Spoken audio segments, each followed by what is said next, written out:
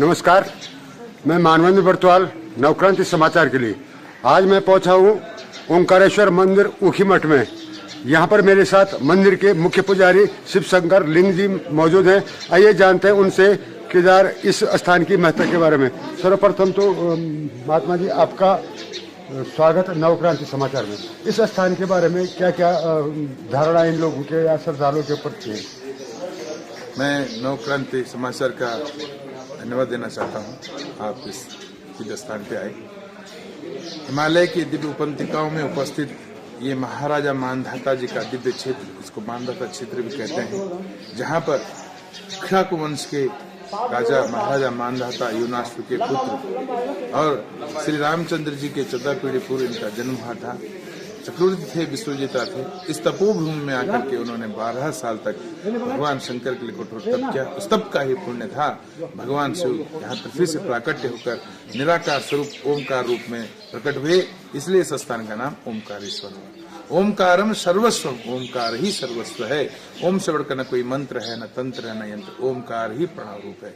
सृष्टि के सृजन में ये निराकार ब्रह्म भगवान सदाशिव ओमकार है। सृष्टि के पालन में ओमकार है। सृष्टि के लय में ओमकार है। और सृष्टि के लय के बाद भी ये जब संसार अंधकारमय स्थिति में रहता है, तब यही तत्व रहता है जिसको निराकार ब्रह्म, इस अखिल कोटि ब्रह्मांड के जो मालिक है सदाशिव, उनका दिव्य दर्शन यहाँ पर प्रणव रूप में है। इसलिए इस स्थान का नाम ओमकारेश्वर है। इस स्थान का बड़ा सौभाग्य है। इस स्थान को पंच केदार का प्रमुख गद्दी स्थान का महत्व दिया गया। हिमालय तो केदारम, हिमालय में केदारनाथ। आप सभी लोग जानते हैं कि हमारे देश में 12 ज्योतिर्लिंग हैं, 51 शक्तिपीठ हैं। उन 12 ज्योतिर्लिंगों में भगवान श्री केदारनाथ जी हिमालय की दिव्य उपत्यकाओं में स्थित हिमालय केदार श्रृंग पर्वत पर मंदाकिनी के तट पर जो दिव्य ज्योतिर्लिंग है, वह शिव पुराण के मतानुसार 5वां ज्योतिर्लिंग है, जो युग प्रारंभ का ज्योतिर्लिंग है, जो नर और नारायण जो भगवान विष्णु के अवतार हुए उनकी तपस्या का पुण्य है। इस दिव्य हिमालय को एक दिव्य ज्योतिर्लिंग की प्राप्ति कहते हैं।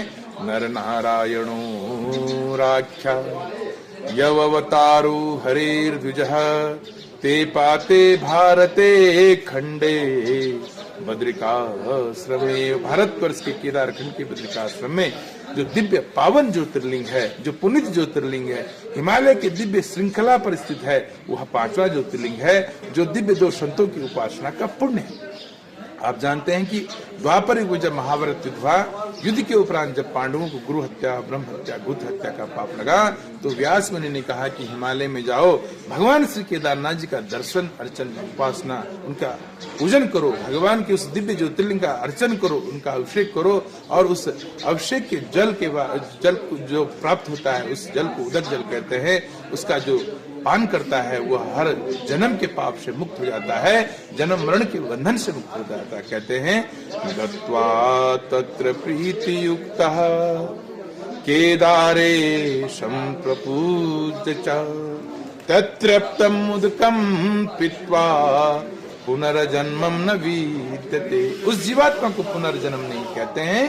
काश्याम मरणान मुक्ति ही केदारम स्मरणान मुक्ति। काशी में तो जब जीवात्मा अपना देह छोड़ देता है, भगवान से उसके कान में त्रिलोटक मंत्र दे करके उसको जन्म मरण के बंधन से मुक्त कर देते हैं। लेकिन हिमालय केदारखंड में ये दिव्य ज्योतिर्लिंग ऐसा ज्योतिर्लिंग है, इसके स्मरण मात्र करने से जीवात्मा मुक्त हो जाता है। मुक्ति का मतलब मरने से नहीं होता है, मुक्ति का मतलब होता है जीवात्मा अपने पाप, ताप, श्राप, दोष, चिंता, भय, रोग, दारिद्रता से मुक्त होता है। इसलिए हिमालय को मुक्ति का धाम कहा कहते हैं। जीवन मुक्तो भवे सोपी योगतो बदरी बने। जो एक बार भी जीवात्मा इस तपोभूमि में आकर के, इस कैलाश में आकर के भगवान का नाम स्मरण, चिंतन, वंदन करता है, उनका गुणानुवाद करता है, उनका ध्यान करता है, वह हर पाप से, हर संताप से मुक्त हो जाता है। इसलिए इसको मुक्ति का धाम कहा गया है। और यह जो पावन पुनीत स्थान है, ये युग प्रारंभ से यह दिव्य स्थान आज तक हिमालय पे स्थित है और भगवान शिव का यह प्रिय स्थान है। शीतकाल में जब भगवान श्री केदारनाथ जी कपाट मंगल हो जाते हैं, तो इसी दिव्य स्थान पर जहां भगवान शिव ओमकारेश्वर जी अपने पूर्ण रूप में हैं, तो इसी स्थान पे भगवान का दिव्य विग्रह स्वरूप जो उत्सव मूर्ति है और भोग मूर्ति है, 3 दिन की पैदल पद यात्रा के बाद आज भी पुराने जमाने के हिसाब से भगवान की पालकी आती है और पद यात्रा चलती है। तीसरे दिन जब भगवान शिव इस दिव्य मंदिर में आते हैं, इसी गर्भगृह में भगवान की उत्सव मूर्ति और भोग मूर्ति की जो शीतकाल में पूजा होती है।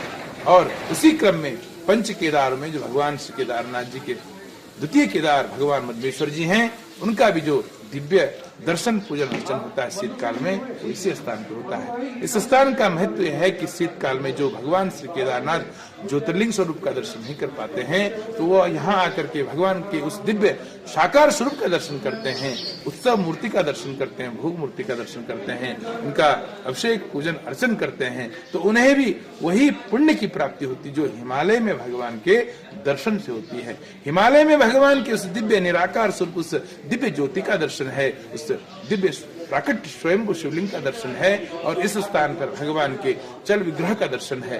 भगवान शिव ही एक ऐसे देव हैं जो निराकार और साकार स्वरूप में दर्शन देते हैं और इस जगत का कल्याण करते हैं। पाप हम पाप कर्माणाम पापात्मा पाप संभवः त्राहि मां पार्वती नाथ सर्व पाप हरो हरः। महात्मा जी, इससे इतर यहाँ पे केदारखंड की जो देवियाँ होती हैं, उनकी भी मुख्य आकृति यहाँ रहती है, उसके बारे में आप कुछ बताएंगे? यहाँ हिमालय में यह जो स्थान है, यह अनादिकाल से सुधीजनों की भूमि रही है।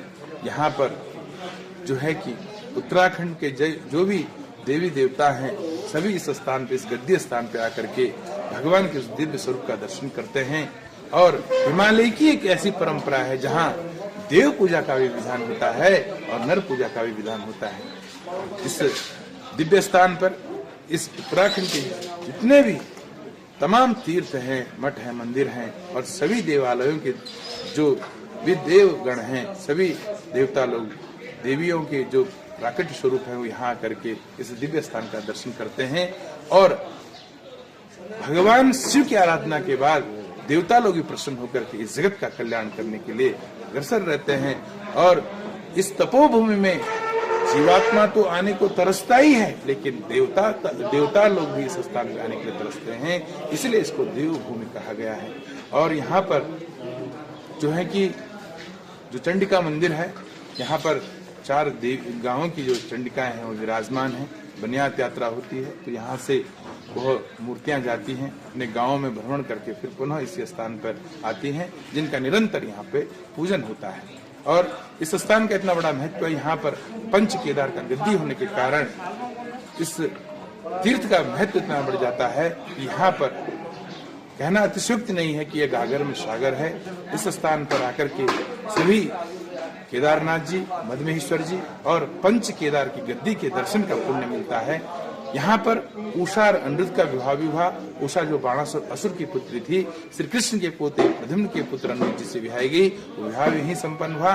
अग्नि को साक्षी मानकर 7 फेरे लिए प्रणय संबंध जुड़े उषा और अनिरुद्ध भगवान सदाशिव आए, वर रोधु को आशीर्वाद दिया। उषा के नाम पर ही इस स्थल का नाम उषा मठ से ही उखीमठ। और भगवान श्री केदारनाथ जी और द्वितीय केदार भगवान श्री मधमेश्वर जी का जो हिमालय गमन भी होता है, इसी दिव्य स्थान से ही होता है। भगवान का शोभा यात्रा यहीं से प्रारंभ होकर के 6 माह तक हिमालयों में उनका सुपूजन होकर के जो शीतकाल में जब कपाट मंगल हो जाते हैं, तो पुनः इसी स्थान पर भगवान का विग्रह करके शीतकाल में उनकी पूजा यहाँ होती है। तो जैसा आपने सुना, इस स्थान के बारे में मुख्य पुजारी जी ने विस्तार से बताया कि इस स्थान की महत्ता कैसी है।